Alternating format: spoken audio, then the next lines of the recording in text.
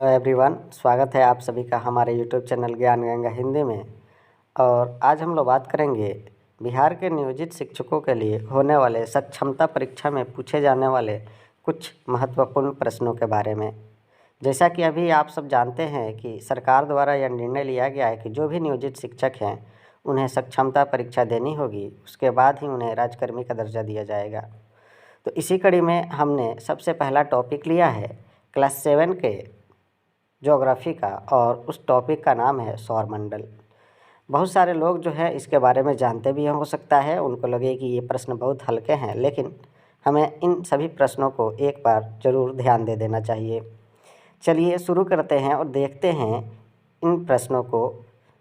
पहला प्रश्न है कि सौरमंडल का पिता किसे कहते हैं। तो जैसा कि आप सभी जानते हैं कि सौरमंडल के बीच में जो है सूर्य होता है, और उसके बाद जो है एक एक करके क्रमवार 8 ग्रह है। तो सौरमंडल का पिता जो है सूर्य को कहा जाता है। दूसरा है कि सौरमंडल में कितने ग्रह हैं। तो सौरमंडल में कुल 8 ग्रह है। एक और ग्रह था लेकिन उसको जो है हटा दिया गया है, प्लूटो को। नेक्स्ट है सौरमंडल में के किस ग्रह को नीला ग्रह कहते हैं। तो पृथ्वी जो है उसे नीला ग्रह कहा जाता है। इसलिए कहा जाता है कि जब हम अंतरिक्ष से देखते हैं तो पृथ्वी हमें नीली दिखाई देती है, क्योंकि पृथ्वी का अधिकांश भाग यानी लगभग 71% भाग जो है वो जल से घिरा हुआ है। चलते हैं नेक्स्ट प्रश्न की ओर और देखते हैं नेक्स्ट प्रश्न क्या बोलता है। नेक्स्ट प्रश्न है कि सौरमंडल के किस ग्रह को लाल ग्रह कहा जाता है। तो लाल ग्रह जो है मंगल ग्रह को कहा जाता है। नेक्स्ट प्रश्न है कि सौरमंडल के किस ग्रह का कोई उपग्रह नहीं है। उपग्रह उसे कहते हैं जो ग्रहों के परिक्रमा करते हैं, उन्हें उपग्रह कहते हैं। तो बुध और शुक्र का जो है कोई भी उपग्रह नहीं है। छठा है टाइटन किसका उपग्रह है। तो टाइटन जो है वो शनि का उपग्रह है। सातवां प्रश्न है कि सबसे अधिक किसके उपग्रह हैं। तो सबसे अधिक जो है बृहस्पति के हैं जो 63 है। इसके अलावा जानकारी के लिए आप जान लें कि शनि के जो है 62 ग्रह हैं। अगला प्रश्न है कि किस ग्रह के बीच क्षुद्र ग्रह पाए जाते हैं। तो ये मंगल और बृहस्पति के बीच में जो है क्षुद्र ग्रह पाए जाते हैं।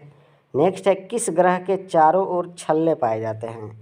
तो ये ज़्यादातर जो है शनि है, लेकिन इसके अलावा बृहस्पति और यूरेनस में भी छल्ले पाए जाते हैं। तो जब भी परीक्षा पूछी जाएगी तो हो सकता है इनमें से किसी एक ही ऑप्शन को दो। तो ज़्यादातर लोग जो है शनि को लगाते हैं, क्योंकि इसके जो है 4 छल्ले पाए जाते हैं और ये देखने में भी सुंदर लगता है। 10वां प्रश्न है पृथ्वी के कितने प्रतिशत भाग पर जल है। तो पृथ्वी के 71% भाग पर जल है। अब नेक्स्ट है प्रश्न कि पृथ्वी के कितने प्रतिशत भाग पर स्थल है। तो 71% भाग पर जल है, तो 29% भाग पर क्या है, स्थल है, और इस तरह से 100% हो जाता है। नेक्स्ट प्रश्न है कि सूर्य है। तो सूर्य क्या है। तो सूर्य एक तारा है, और इसी तरह के बहुत सारे तारे जो हैं हमारे ब्रह्मांड में मौजूद हैं। अगले प्रश्न की तरफ चलते हैं। अगला प्रश्न है कि सूर्य का प्रकाश पृथ्वी पर पहुंचने में कितना समय लगाता है। तो सूर्य का प्रकाश जो है पृथ्वी पर पहुंचने में 8 मिनट लगाता है। इसी तरह का अगर हम देखा जाए कि सूर्य के बाद का जो दूसरा तारा है जिसका प्रकाश पृथ्वी पर पहुंचने में 4 वर्ष लग जाता है। तो सूर्य का 8 मिनट और सूर्य के बाद दूसरा जो तारा है उसका प्रकाश पहुंचने पर पृथ्वी में 4 वर्ष लग जाता है। नेक्स्ट प्रश्न है कि पृथ्वी का एकमात्र उपग्रह कौन सा है। तो ये मेरा जो है आंसर हो जाएगा चंद्रमा। नेक्स्ट प्रश्न है कि चंद्रमा पृथ्वी की परिक्रमा कितने समय में करता है, यानी कितने समय में जो है पृथ्वी का वो एक चक्कर पूरा कर लेता है। तो ये 27 दिन 8 घंटे में पूरा करता है। नेक्स्ट प्रश्न है सबसे बड़ा क्षुद्र ग्रह कौन सा है। तो सबसे बड़ा क्षुद्र ग्रह जो है सीरस है। 17वां प्रश्न है कि सप्तर्षि कितने तारों का समूह है। तो ये 7 तारों का समूह है। जो ऋषि मुनि हुए हैं उन्हीं के 7 ऋषियों के नाम पर जो है इस 7 तारों का नाम रखा गया है। नेक्स्ट है नक्षत्रों की संख्या कितनी है। तो नक्षत्रों की संख्या जो है 27 है।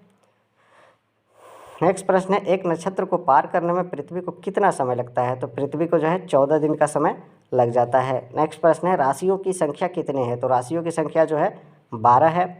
नेक्स्ट प्रश्न है कि सूर्य के सबसे नज़दीक ग्रह कौन सा है, यानी एक क्रम है सूर्य ये हो गया हमारा। और इसके बाद जो है पहला ग्रह जो है कौन सा है ये पूछा जा रहा है। तो सूर्य के सबसे नज़दीक जो है हमारा बुध ग्रह है। कौन सा ग्रह है? बुध। तो बुध सही आंसर है। नेक्स्ट है कि सौरमंडल का सबसे बड़ा ग्रह कौन सा है? तो बुध के बाद है शुक्र, है ना। और उसके बाद जो है इसी तरह से हम क्रम से जब बढ़ते जाएंगे तो हम पाएंगे कि सबसे बड़ा जो ग्रह है वो बृहस्पति है। नेक्स्ट प्रश्न है कि सबसे सुंदर ग्रह कौन सा है? तो शनि है। जैसा कि मैंने बताया पहले ही कि शनि ग्रह के जो है किनारे छल्ले पाए जाते हैं और इससे इसकी सुंदरता जो है बढ़ जाती है। अगला प्रश्न है कि सबसे हल्का ग्रह कौन सा है? तो सबसे हल्का ग्रह जो है वो शनि ही है। नेक्स्ट प्रश्न है कि सबसे ठंडा ग्रह कौन सा है? तो यह है नेपच्यून। जैसा कि आप जानते हैं कि सूर्य से दूरी बढ़ते बढ़ते बढ़ते जो है सबसे अंत में हमें नेपच्यून मिलता है। तो दूरी होने की वजह से जो है नेपच्यून सबसे ठंडा ग्रह है। नेक्स्ट है कि लाखों तारे के समूह को क्या कहते हैं? तो लाखों तारों के समूह को क्या कहते हैं जी? आकाशगंगा कहते हैं। और हमारे ब्रह्मांड में ऐसी लाखों आकाशगंगाएँ हैं। नेक्स्ट प्रश्न की तरफ चलते हैं। नेक्स्ट प्रश्न है कि दूरी के अनुसार यानी सूर्य से दूरी के अनुसार ग्रहों का क्या क्रम है? तो सबसे पहले आता है बुध, उसके बाद शुक्र, उसके बाद पृथ्वी, उसके बाद मंगल, उसके बाद बृहस्पति, शनि, अरुण और नेक्स्ट सबसे अंतिम आता है वरुण। तो इसको क्रमवार भी हम याद कर सकते हैं। हो सकता है कि परीक्षा में ये हमें क्रम से पूछ ले कि सूर्य की दूरी से पांचवा ग्रह कौन सा है? तो ये हमारा बृहस्पति हो जाएगा। तो इस तरह से याद रहेगा क्रम, तभी हम जो है इसे लिख सकते हैं। नेक्स्ट प्रश्न की तरफ चलते हैं कि अंतरिक्ष से पृथ्वी हमें कैसी दिखाई देती है? तो पृथ्वी हमें नीला दिखाई जाती है। नेक्स्ट प्रश्न है कि मंगल ग्रह के कितने उपग्रह हैं? तो मंगल ग्रह के 2 उपग्रह हैं। और सबसे लास्ट प्रश्न हम लोग देखते हैं, ध्रुव तारा किस दिशा में दिखाई देता है? तो ध्रुव तारा जो है हमेशा उत्तर दिशा में ही दिखाई देता है। तो ये थे कुछ महत्वपूर्ण प्रश्न सक्षमता परीक्षा में पूछे जा सकते थे या इन चैप्टर से जो है ये प्रश्न बन सकता था। उम्मीद है आपको वीडियो पसंद आया होगा। वीडियो पसंद आया होगा तो हमारे मेहनत को देखते हुए वीडियो को लाइक कर दें और अपने शिक्षक साथियों में शेयर कर दें ताकि वो भी इन प्रश्नों को देख सके और उन्हें भी मदद मिल सके। मिलते हैं फिर नेक्स्ट वीडियो में। तब तक के लिए आप पढ़ते रहे, सीखते रहे, देखते रहे। धन्यवाद।